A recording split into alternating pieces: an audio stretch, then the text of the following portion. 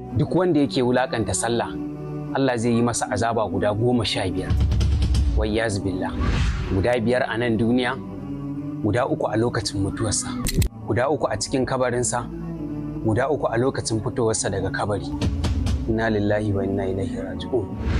Amma dan Allah ina roƙon wata alfarma a gare ku taimaka mana da sharing din bidiyon nan, dan wallahi na sha wahala matuƙa kafin na kawo muku shi. Domin kar ku manta manzon Allah sallallahu alaihi wasallam ya ce idan Allah ya shiryar da mutum guda a dalilinka ya fi alkhairi gare ka fiye da a baka jajayen raƙuma. To kaga ta wannan hanya ne kadai ya fi alkhairi gare ka. Bari na yi mana bayanin azabar da za a yi masa guda 5 ta duniya. Azaba ta farko, za a ɗebe albarka a duk rayuwarsa. Azaba ta biyu, za a gusar da duk wata kamata mutanen kirki daga fuskarsa.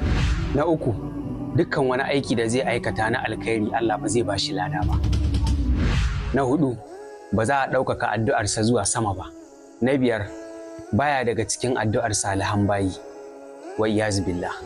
Sai hukuba guda 3 da za a yi masa a lokacin mutuwarsa. Hukuba ta farko, zai mutu a mutsiyaci. Subhanallahi. Hukuba ta biyu, zai mutu yana matukar jin yunwa. Hukuba ta 3, zai mutu yana matukar jin kishin ruwa. Subhanallahi. Sai hukuba guda 3 yayin da yake cikin kabarinsa. Hukuba ta farko, za a kuntata masa kabarinsa har sai haƙarƙarinsa ya haɗe da ɗayan haƙarƙarin. Wayyaz billah. Hukuba ta biyu, za a saka masa garwashin wuta a cikin kabarinsa ya yi ta juyawa babu dare babu rana. Inna lillahi wa inna ilaihi raji'un. Hukuba ta 3 kuwa, za a sako masa wata macijiya a cikin kabarinsa mai suna Shuja'ul Aqra'u. Inna lillahi wa inna ilaihi raji'un. Wacce wannan macijiya ɗaya ce daga cikin macizan da suke wuta.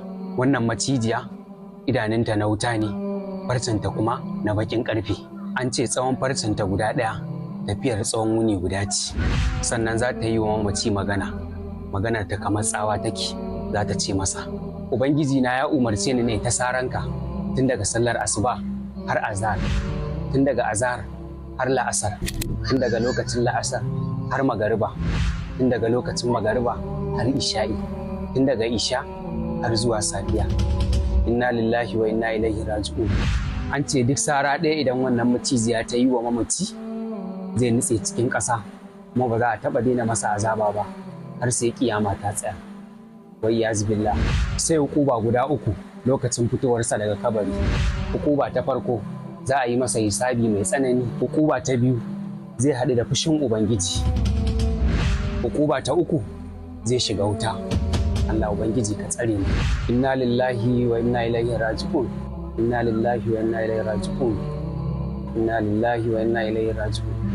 Dan Allah, ɗan uwana matasa da ƴan uwana mata, mu daure mu rinka yin sallah akan lokaci.